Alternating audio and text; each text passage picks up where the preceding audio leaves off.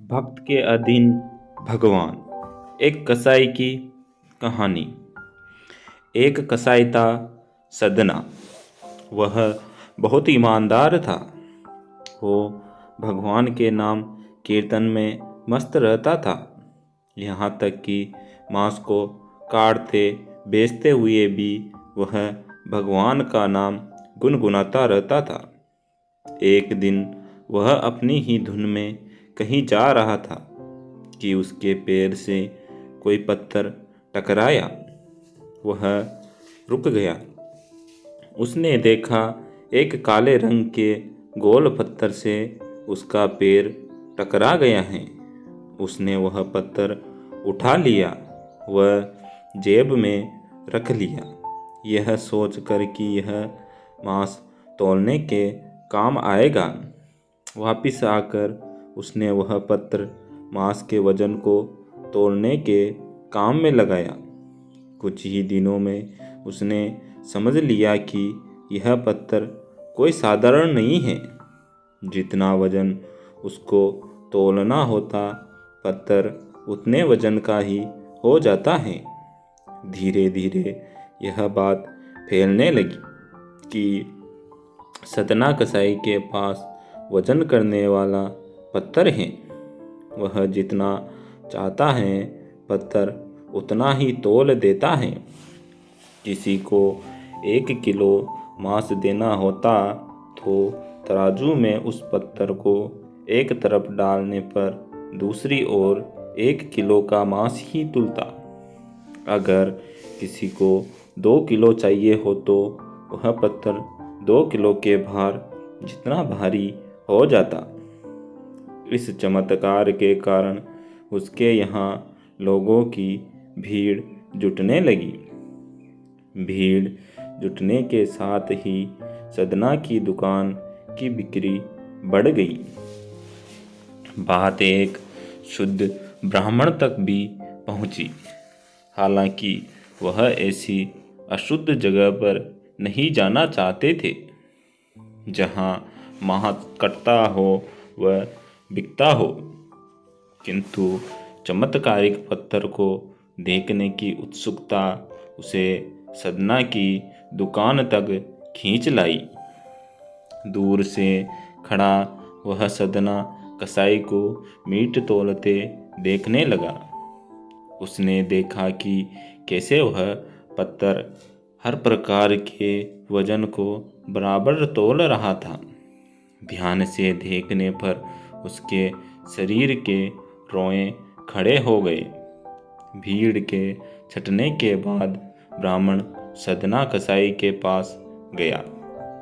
ब्राह्मण को अपनी दुकान में आया देखकर सदना कसाई प्रसन्न भी हुआ और आश्चर्यचकित भी।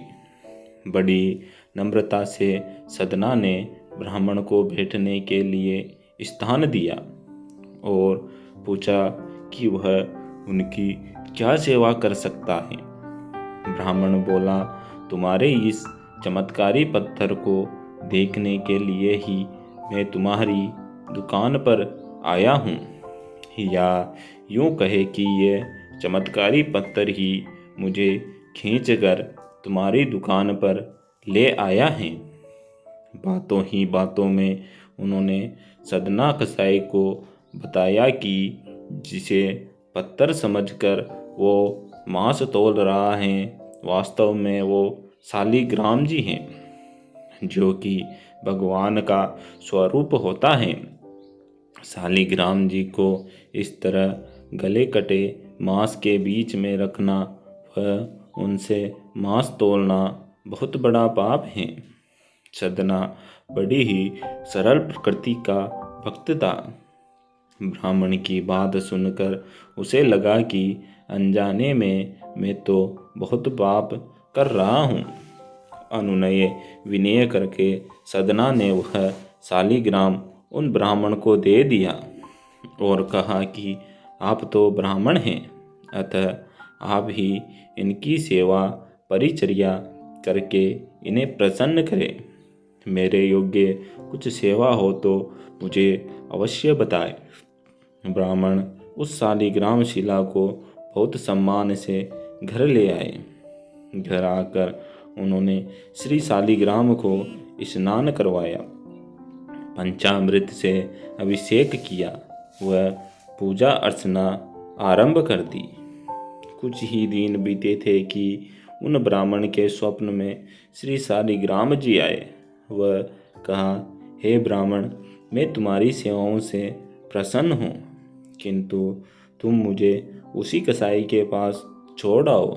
स्वप्न में ही ब्राह्मण ने कारण पूछा तो उत्तर मिला कि तुम मेरी अर्चना पूजा करते हो, मुझे अच्छा लगता है, परंतु जो भक्त मेरे नाम का गुणगान कीर्तन करते रहते हैं उनको मैं अपने आप को भी बेच देता हूँ। सदना तुम्हारी तरह मेरा अर्चन नहीं करता है, परंतु वह हर समय मेरा नाम गुनगुनाता रहता है, जो कि मुझे अच्छा लगता है, इसीलिए तो मैं उसके पास गया था। ब्राह्मण अगले दिन ही सदना कसाई के पास गया। वह उनको प्रणाम करके सारी बात बताई। वह श्री शालिग्राम जी को उन्हें सौंप दिया। ब्राह्मण की बात सुनकर सदना कसाई की आंखों में आंसू आ गए। मन ही मन उन्होंने मांस बेचने खरीदने के कार्य को तिलांजलि देने की सोची और निश्चय किया कि यदि मेरे ठाकुर को कीर्तन पसंद है तो मैं अधिक से अधिक समय नाम कीर्तन ही करूँगा। बोलो राधे राधे।